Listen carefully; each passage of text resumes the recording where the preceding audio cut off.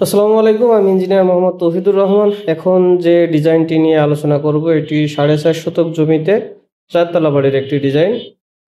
এটা হলো 3D design. আহ, এই ডিজাইনটি সম্পর্কে বিস্তারিত জানতে ভিডিওটি না টেনে সম্পূর্ণ দেখবেন। আর যদি ডিজাইনটি ভালো লাগে তাহলে আমাদের চ্যানেলটিকে অবশ্যই সাবস্ক্রাইব করবেন। আর যারা যারা ডিজাইন করবেন তারা অবশ্যই স্ক্রিনে দেওয়া নম্বরে ফোন দেবেন। চলুন দেখা যাক বিস্তারিত ডিজাইনের কি আছে। এটা হলো আমাদের 3D প্ল্যান। এটা হচ্ছে রাস্তা, জমির সামনে যে আছে রাস্তা, এটা এটা হচ্ছে মেন গেট। নিচতলায় বারান্দা রাখা হয়নি, এখানে ফুল গাছ লাগানো জায়গা আছে, এখানে একটা লোভার টাইপের ডিজাইন দেওয়া হয়েছে।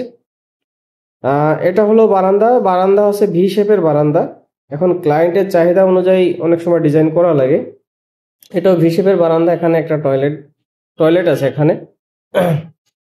টয়লেটের সামনের ডিজাইনটা সিরামিকের টাইলি ব্যবহার করা হয়েছে। ভি শেপের বারান্দার কারণে সেমিলার রাখা হয়েছে এখানে। আর এটা হলো সাইড এলিভেশন সহ ফ্রন্ট এলিভেশন, এবং এটা হচ্ছে বার্ড সাইড ভিউ। আমরা সবসময় ক্লায়েন্টের চাহিদাকে মূল্যায়ন করে থাকি। এখন আমরা ফ্লোর প্ল্যান দেখব। দেখা যাক। ফ্লোর হলো স্ট্রাকচারাল ডিজাইন। অনেকে আছে ডিজাইনের গুরুত্ব দেয় না, তাই একটা বিল্ডিং তৈরি করতে গেলে সম্প্রতি যে ভূমিকম্পগুলো সংঘটিত হয়েছে, সামনে আরও ভূমিকম্পের সম্ভাবনা আছে। যাই হোক, মহান আল্লাহ রাব্বুল আলামিনের উপরে আমরা ভরসা রাখবো। আর আল্লাহ তাআলা যেহেতু মানুষ সৃষ্টি করেছে, মানুষ হচ্ছে সৃষ্টির সেরা জীব। আর মানুষের মাথায় আল্লাহ বুদ্ধিও দিয়ে দিয়েছে। বিপদ যেমন দিয়েছে, বিপদ থেকে উদ্ধার হওয়ার পথও আল্লাহ বেছে দিয়েছে। এখন মানুষ যদি সেটা চেষ্টা করে, সেটা আসলে করা সম্ভব। যদি 6 মাত্রা বা 7 মাত্রা সহনীয় ডিজাইন করা যায়, আর স্ট্রাকচার যদি সেইভাবে বাস্তবে রূপদান করা যায়, তা আল্লাহর মতে 6 থেকে 7 মাত্রার ভূমিকম্প হলে বিল্ডিং টিকে থাকা সম্ভব। যেমন জাপান এবং চীন বর্তমানে যে ডিজাইন, যে ভবনগুলো তৈরি করতেছে, তারা ভূমিকম্প সহনীয় 9 মাত্রা 8 মাত্রার ভূমিকম্প সহনীয় বিল্ডিং তৈরি করতেছে। আহ এটা আমরা প্রথমে জমির মাপটা দেখি। এই পাশে আছে 57 ফিট, পিছন সাইডে আছে 34 ফিট, এখানে আছে 56 ফিট 6 ইঞ্চি, এবং সামনের সাইডে আছে 34 ফিট 9 ইঞ্চি। সামনে আছে প্রস্তাবিত রাস্তা। এটা হচ্ছে গ্রাউন্ড ফ্লোর প্ল্যান। এটা হচ্ছে ফার্স্ট ফ্লোর প্ল্যান। এখানে আছে টোটাল 1600 স্কোয়ার ফিট। এখন আমরা হচ্ছে গ্রাউন্ড ফ্লোরের প্ল্যানের বিস্তারিত আপনাদেরকে দেখাই। এটা টোটালি পার্কিং এরিয়া রাখা হয়েছে। যেহেতু চারতলা বিল্ডিং, ক্লায়েন্টের চাহিদা অনুযায়ী করা হয়েছে, এখানে লিফট রাখা হয়েছে। চারতলা বিল্ডিং এ বেশিরভাগ বিল্ডিং এর ক্ষেত্রে লিফট রাখা হয় না জেলা শহরগুলোতে। এটা হচ্ছে সিঁড়িতে উপরে ওঠার সিঁড়ি। এটা হচ্ছে এখানে 2 রুমের একটা ফ্ল্যাট রাখা হয়েছে। এটা হচ্ছে মেন এন্ট্রান্স। প্রথমে আছে ডাইনিং এরিয়া। ডাইনিং এরিয়াটা ওপেন আছে 16 feet 3 inch by 11 feet 2.5 inch. এটা হচ্ছে কিচেন আছে 8 feet 2 inch by 5 feet 5 inch. এটা master bed 12 feet 1 inch by 11 feet 2 inch. একটা বারান্দা আছে 9 ফিট বাই 3 ফিট। এটা common toilet 4 feet 5 inch by 7 feet 3 inch. এটা হচ্ছে attach toilet 4 feet 5 inch by 6 fit 11 ইঞ্চি, মানে 7 ফিটই বলা যায়। এটা হচ্ছে কমন বেড আছে 10 ফিট 11 ইঞ্চি বাই 11 ফিট 2 ইঞ্চি। বারান্দা আছে একটা ব্যাক সাইডে 7 ফিট 11 ইঞ্চি বাই 3 ফিট। এখন আমরা দেখবো হচ্ছে টিপিক্যাল ফ্লোর প্ল্যান।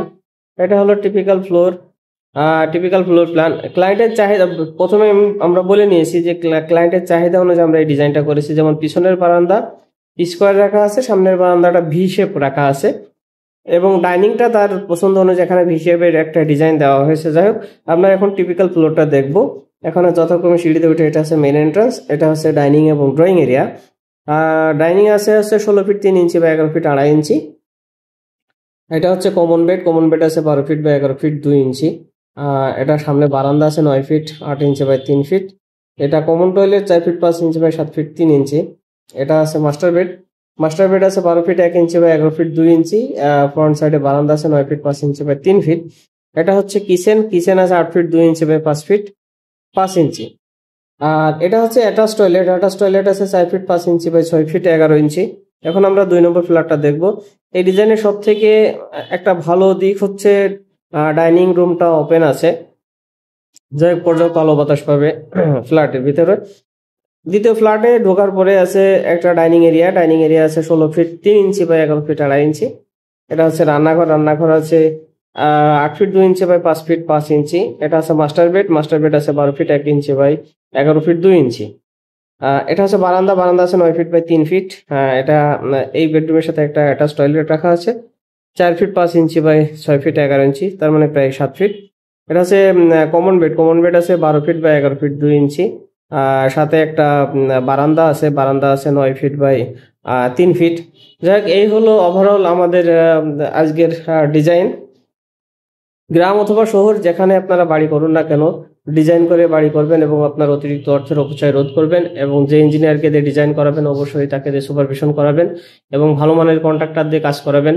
শুধু ভালো মানের ডিজাইন করলেই হবে না, এবং ডিজাইন যারা বোঝে বা ভালো কাজ করে, কাজের কোয়ালিটি যাদের ভালো, তাদেরকে দিয়ে অবশ্যই কাজ করাবেন। তার কারণ ছোট ছোট ভুলের কারণে আপনার স্বপ্নের যে স্থাপনা, এই স্থাপনার মারাত্মক ক্ষতি হতে পারে।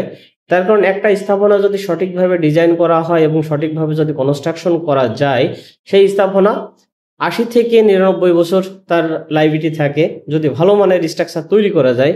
আর যদি কনস্ট্রাকশন ত্রুটি থেকে যায়, সেই ক্ষেত্রে আপনার বিল্ডিং 40 থেকে 50 বছরেই আপনার বিল্ডিং এর আয়ুকাল শেষ হতে থাকবে। যাই হোক, ভালো থাকবেন সবাই। আসসালামু আলাইকুম।